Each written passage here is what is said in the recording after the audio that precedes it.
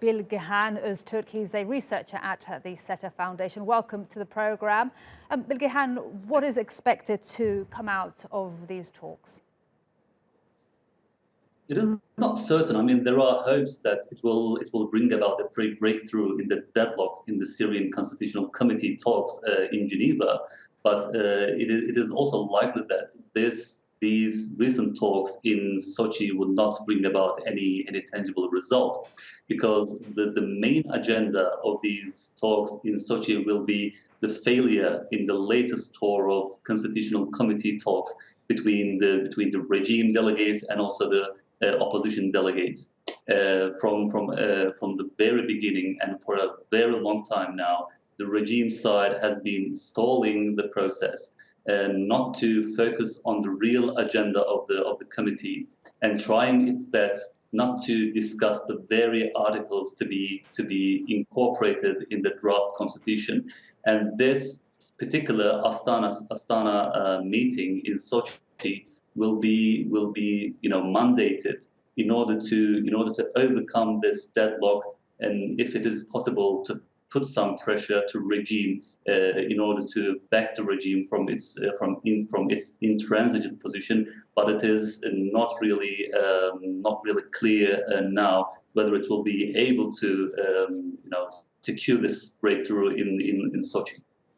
And we know that in late January, Geir Pedersen, the UN Special Envoy for Syria, called the January meeting on the Constitutional Committee a disappointment. Who can put pressure on the regime to actually break this deadlock that you mentioned?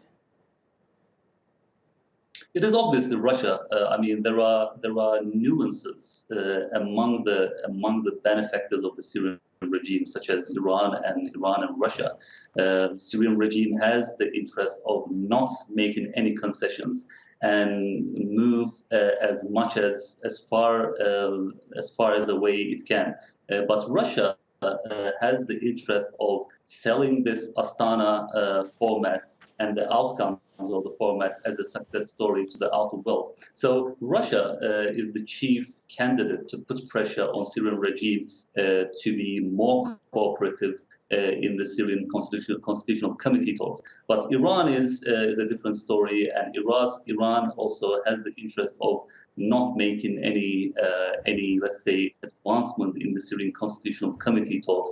So it is Iran will probably continue its stance backing the regime, not making any concession and not making any advancement. But Russia is the only actor that is capable of pressuring Syrian regime, and also it has some interest, slightly different than Iran, in making a little advancement in Syrian Constitutional Committee, because if there is no advancement, if there is no breakthrough in the Constitutional Committee, we are actually facing the risk of collapse of the Syrian Constitutional Committee framework, as the Pedersen stated. Because since the fifth round of the talks resulted in failure, it is not clear how to move forward from this point. Okay. So Russia again is the only actor that is capable of and also has some interest of